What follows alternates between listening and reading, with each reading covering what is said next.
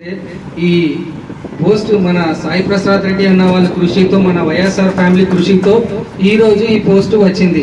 ఎందుకంటే ఇంతకు ముందు కూడా చాలా సార్లు వేరే వేరే పార్టీలో చేసినారు, కానీ ఒక కష్టపడేవాడిని గుర్తించి ఈయనకి ఒక స్థాయికి ఆయన ఎదిగేటట్లు చేయాలా, మనం సపోర్ట్ చేయాలని చెప్పేసి చాలా తక్కువ.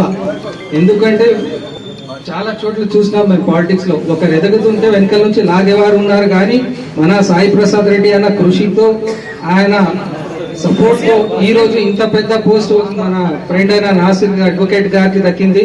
అందుకు నేను ఫస్ట్ గా ఇక్కడ మన వైఎస్ఆర్ ఫ్యామిలీకి, ముఖ్యంగా మన సాయి ప్రసాద్ రెడ్డి అన్న గారికి, చంద్రకాంత్ రెడ్డి అన్న గారికి, అందరు ఇక్కడ ఉన్న పెద్దలకి, మొత్తం ప్రెస్ మీడియా ఫ్రెండ్స్ వాళ్ళందరికీ నేను ధన్యవాదాలు తెలుపుకుంటూ, ఇంకా ఇంకా మనం కృషి చేసేది చాలా ఉంది, ఇంకా ఇంకా ముందు ఇక్కడే అయిపోలేదు. అన్నాని మినిస్టర్ చేసినంత వరకు కూడా ఆగేదే లేదు, తగ్గేదే లేదు.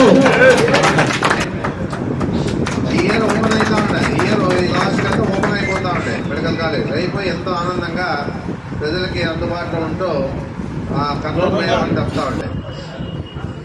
అందుకే దాదాపుగా అక్కడే 150 బెడ్లు ఉన్నాయి, ఇక్కడ దాదాపుగా 400 బెడ్లు వస్తాయి.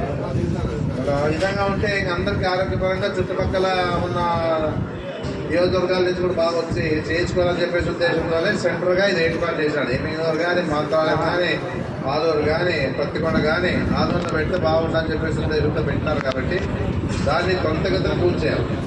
పూర్తి చేసి